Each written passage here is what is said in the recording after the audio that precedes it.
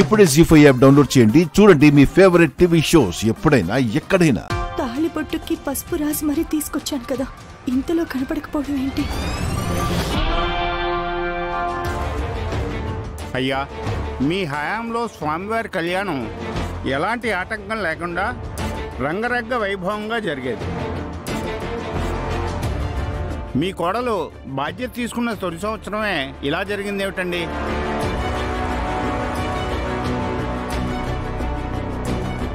బొమ్మలా నిలబడతావేంటే?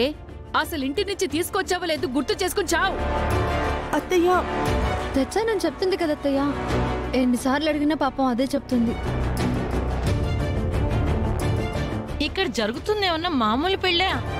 దేవుడి కళ్యాణం అలాంటి చోట ఇంత అజాగ్రత్తగా ఉండటం ఏంటసలు? ఈవిడ గారి పుణ్యమా అని ఈ సంవత్సరం రాముల వారి కళ్యాణం జరిగినట్టే. పిన్ని, దేవుడి కళ్యాణం ఆగిపోతుందని మీరేం బాధపడనక్కర్లేదు. ఇప్పుడే వెళ్ళి ఇంకో తాలిబొట్టు తీసుకొస్తాను. బాబు, ఇంకో 2 నిమిషాల్లో పూజ మొదలు పెట్టాలి. నువ్వు వెళ్ళి తాలిబొట్టు తీసుకొచ్చేలోపు ముహూర్త సమయం దాటిపోతుంది.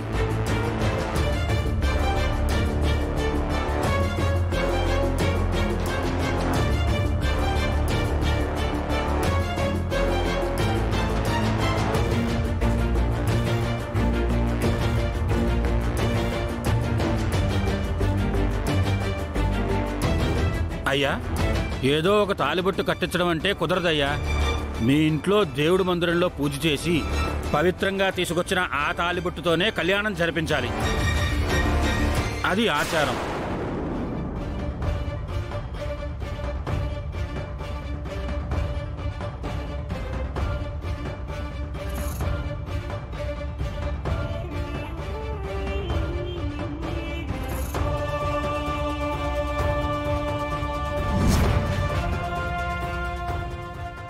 అయిపోయిందిగా, అయిపోయింది.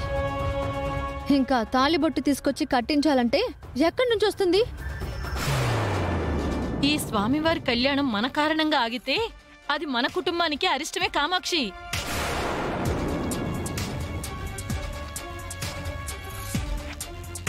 అవ్వని పిన్ని, దీనివల్ల నా కుటుంబానికి అరిష్టాలు అప్రదిష్టలు తప్ప ఆనందాలు సంతోషాలు నా కుటుంబానికి ఎప్పుడున్నాయని?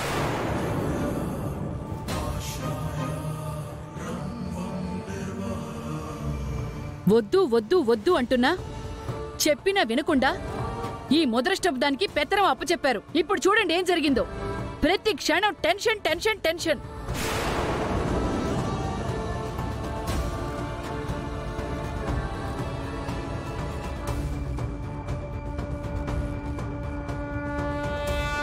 దేవుడి కళ్యాణం చూద్దామని ఎక్కడి నుంచో వచ్చాం. గొప్పావిడికే అప్పగించారు పెత్తనం.